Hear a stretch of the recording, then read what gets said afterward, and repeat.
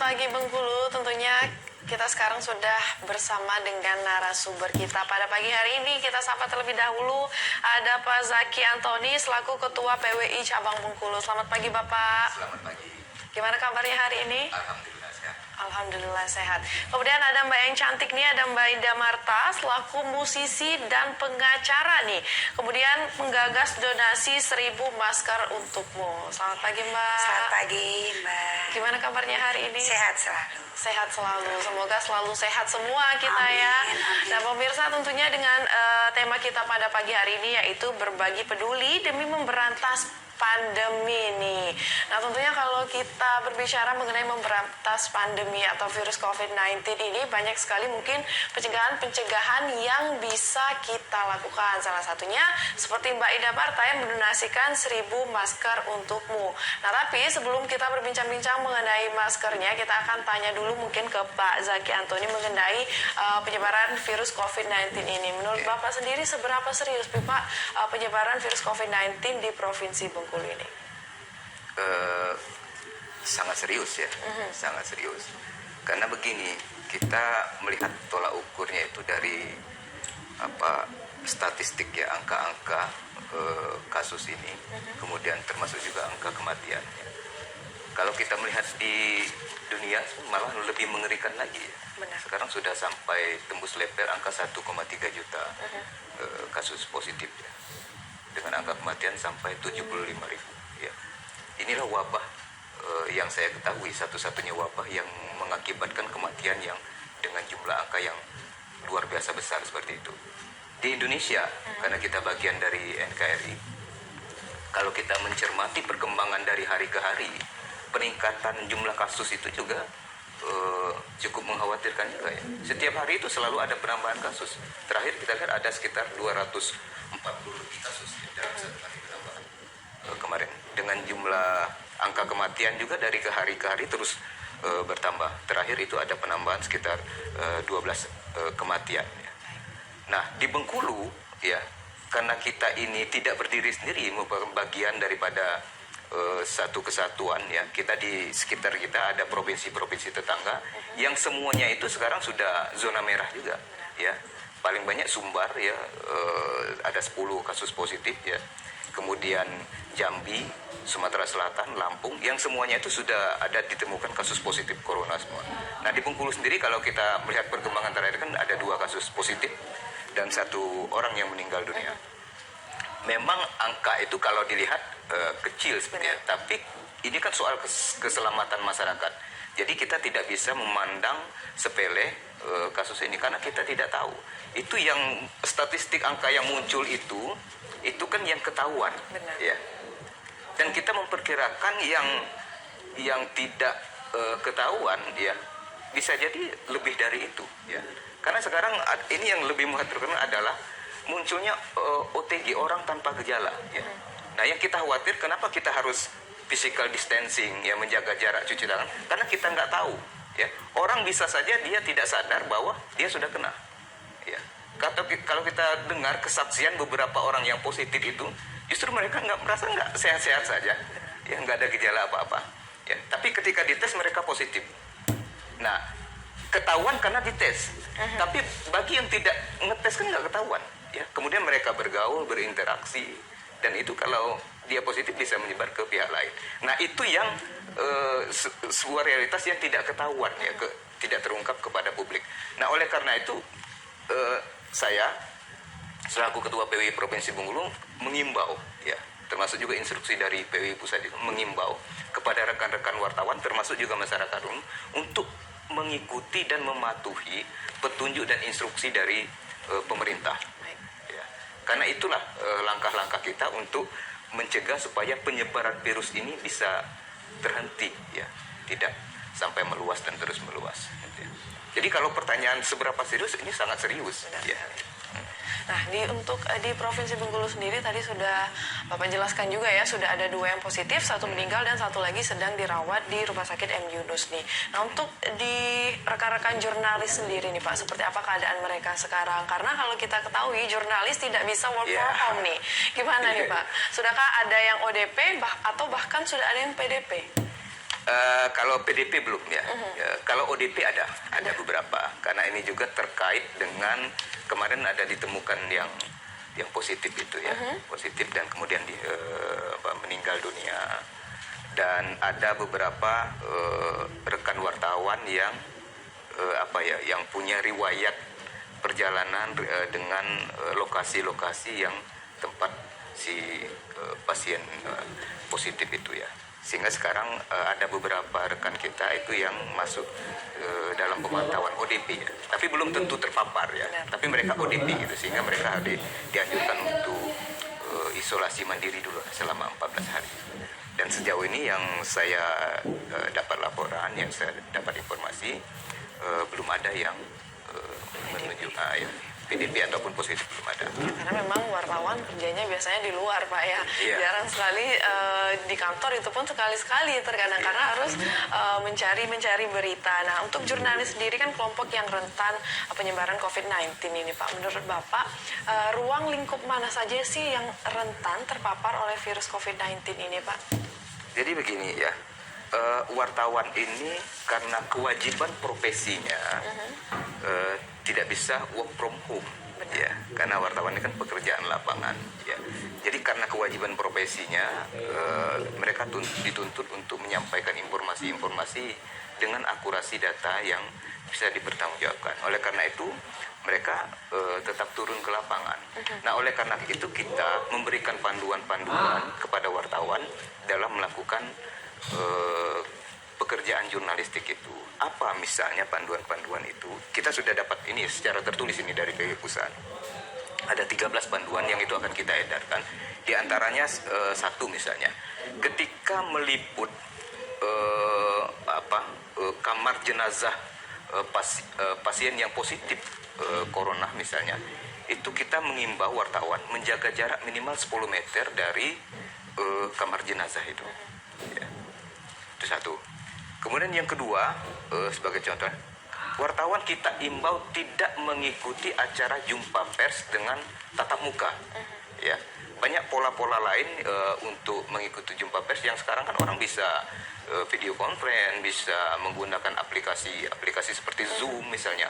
Rapat-rapat, meeting pun sekarang kan orang menggunakan pola itu ya untuk menghindari tatap muka. Jadi kalau ada undangan jumpa pers tatap muka, kita imbau wartawan untuk tidak mengikuti, kecuali ya untuk kepentingan yang sangat luar biasa, untuk kepentingan publik ya. Kalau tidak begitu penting sekali, kita menghindari jumpa pers tatap muka. Karena ada pelajaran kemarin, ada beberapa jumpa pers juga di Provinsi Bengkulu, kita melihat wartawan berkerumun, gitu ya, berkerumun dan tidak ada jarak antara satu dengan yang lainnya, ya. Sementara ini kalau kita mengikuti protokol kesehatan, ketika jumpa pers itu harus diatur, ya. Tempat duduk wartawan yang satu dengan tempat duduk wartawan yang kedua, ketiga dan berikutnya itu harus diatur jaraknya, ya, dan harus menggunakan masker kalau dia dalam ruangan misalnya. Nah, itu kita masih belum mengikuti protokol itu ya, beberapa jumpa pers yang dilakukan Provinsi Bengkulu. Nah, oleh karena itu kita mengimbau wartawan kalau ada undangan pers, kita mengimbau yang tatap muka ya untuk tidak mengikuti itu. Kemudian yang berikutnya, ketika melakukan wawancara doorstop sekalipun, itu kita imbau untuk menjaga jarak minimal 1 meter dengan narasumber. Ya. Dan ketika meliput objek-objek yang terkait dengan kasus COVID-19, juga menjaga jarak paling tidak 2 meter dari objek tersebut. Misalnya di rumah sakit ya. Jangan, kalau selama ini kan misalnya wartawan kriminal yang biasa mengepost di rumah sakit, misalnya, itu kan biasa itu menyentuh pasien, menyentuh barang-barang di IGD misalnya itu. Nah, sekarang kita ingin bahwa untuk menghindari kebiasaan itu ya, menjaga jarak lah sekarang. Itu imbauan kita.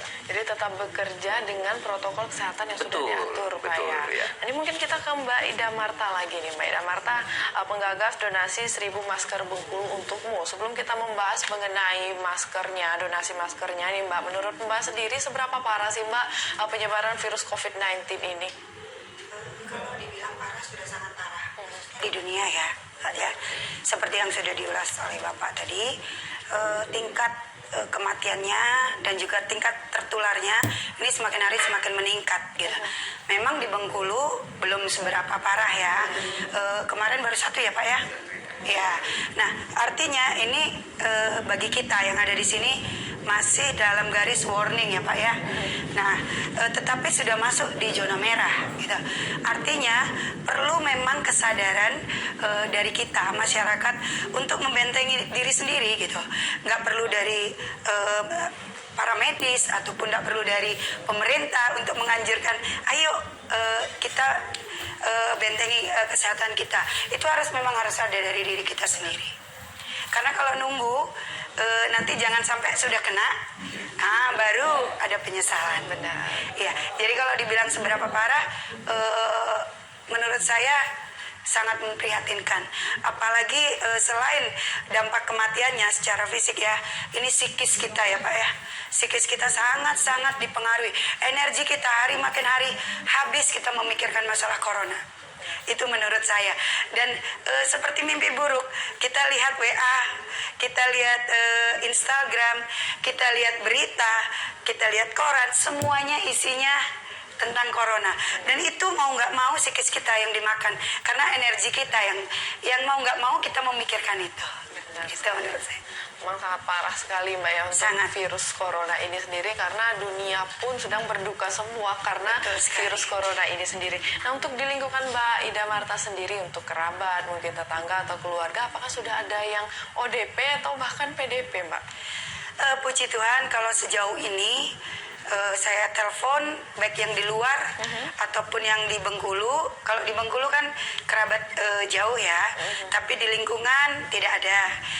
Namun kemarin yang di luar dari Bengkulu, di Jakarta, di Medan, bahkan ada yang di luar negeri, saya telepon semuanya baik-baik aja dan mereka sudah pulang ke Indonesia. Alhamdulillah Mbak ya udah Puji sehat Tuhan, semua. alhamdulillah. Nah, ini untuk Mbak Ida sendiri kan penggagas dari donasi 1000 masker nih Pak. Benar. Sebenarnya apa sih yang membuat Mbak tergerak hatinya untuk menggagas gerakan ini sendiri Mbak? Jadi seperti ini, awalnya tuh karena kita cari masker susah. Benar. Saya pedagang online juga, saya jualan juga, tapi dapatnya cuma sekotak Pak. Jadi kalau sekotak itu kan kayaknya ngirimnya aja udah lama banget kan, hanya buang-buang waktu. Nah akhirnya saya telepon kanan kiri nggak dapat. Bahkan ketika saya pajang beberapa dagangan saya, malah saya yang diserang orang, seolah-olah saya yang menimbun karena di gambar kita, di promosi kita gambarnya banyak. Padahal begitu kita telepon ke Jakarta, ke supplier, itu dapatnya cuman kalau yang hand sanitizer cuma dapat 12 yang kecil-kecil, terus yang untuk medis cuma dapat 1 kotak. Nah ini sangat memprihatinkan, sementara kita perlu itu untuk hari-hari kan. Nah akhirnya terus ketika saya merasa ini keluar semua ternyata perlu ini, akhirnya mungkin secara medis masker yang kita pakai pun Pak sebenarnya itu belum mencukupi untuk standar sterilisasi ya kan, tetapi ini paling tidak membantu menghambat untuk virus itu kena ke kita. Akhirnya ya sudah kita coba dulu masker yang kain. Terus setelah dicoba ternyata nyaman ya, sangat membantu kita karena memang kita nggak dapat masker yang medis. Akhirnya ya udah aku telepon nih, aku punya gitaris namanya Ilham. Ham, bantu aku ya untuk realisasi 1000 masker. Cuman gimana ya, awalnya kita nggak punya 1000 masker karena keterbatasan saya juga kan. Saya juga tidak yang punya pohon duit kan Pak. Jadi ya udahlah Kak, kita jadikan satu aja, dimulai dari kita dulu mungkin ya. Kita kembangkan dari 100-200 yang punya kita. Saya hubungi penjahit saya, siap nggak Pak? Kalau 200 1 hari, siap Mbak katanya. Terus udah gitu saya telepon tim saya yang bagian flyer CJ, dia buatkan flyer untuk promosi kita. Nah dari situ ada lagi teman saya yang nelpon, bukan nelpon, Noah dulu. Noah, ya udah Kak kita support dokumentasinya. Jadi 3 bendera kita naikkan dari Marta Entertainment, Noah Production dan juga 0736 kita saling support. akhirnya promosi ini kita naikkan. Sebelum kita naikkan ada ini dari komunitas band juga ngubungin saya, namanya Cigo. Kak, gimana kalau dari kita komunitas ini membuat gerakan masker. Dia nggak sebut 1.000 maskernya. Nah, saya langsung sampaikan sebenarnya 1-2 hari ini kita udah nyiapkan itu gitu.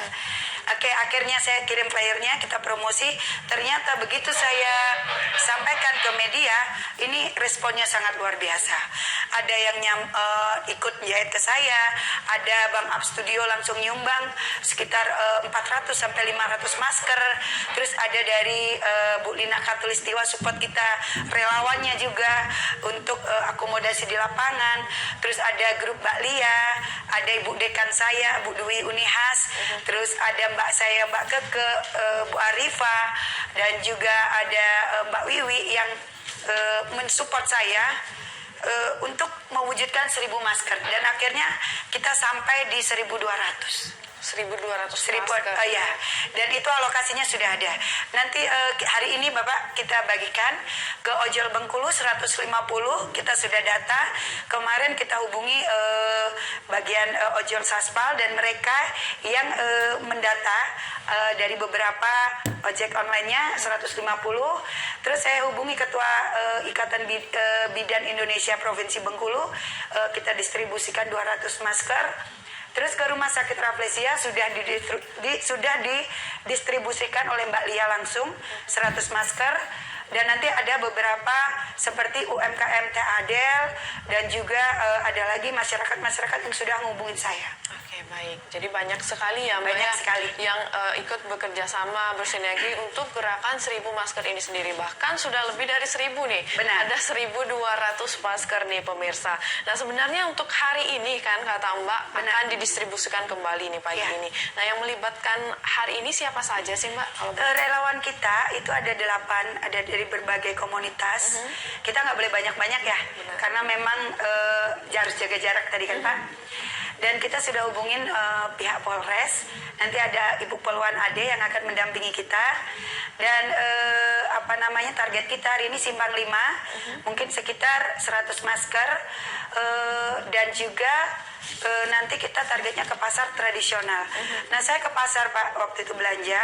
Tetapi mereka saya wawancarai secara diam-diam sebagai saya pembeli, mereka tidak pakai masker karena katanya panas, hawanya panas, pengap, sehingga mempersulit untuk pernafasan mereka.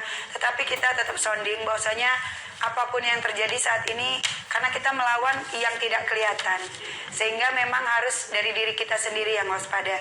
Makanya mungkin ini tidak terlalu banyak menolong sih kegiatan yang dari kami, tapi setidaknya sedikitnya kami yang dari masyarakat kecil ini mewakili untuk berbuat. Itu saja sih. Jadi nanti kita targetnya ke pasar tradisional yang dekat Mega Mall. Setidaknya kita memberikan edukasi sedikit. Ini masker dari kami, mohon diapresiasi dengan baik. Gitu. Oke, itu tadi pemirsa mengenai siapa saja target-targetnya, kemudian siapa saja yang terlibat dalam gerakan donasi 1.000 masker ini sendiri. Nah pemirsa, nanti kita bakalan berbincang-bincang lagi dengan Pak Zaki, dengan Mbak Indah Marta mengenai donasi PWI Bengkulu Peduli, kemudian mengenai apakah akan ada tahap 2 pembagian masker 1.000 masker lagi, namun setelah jeda pariwara berikut ini.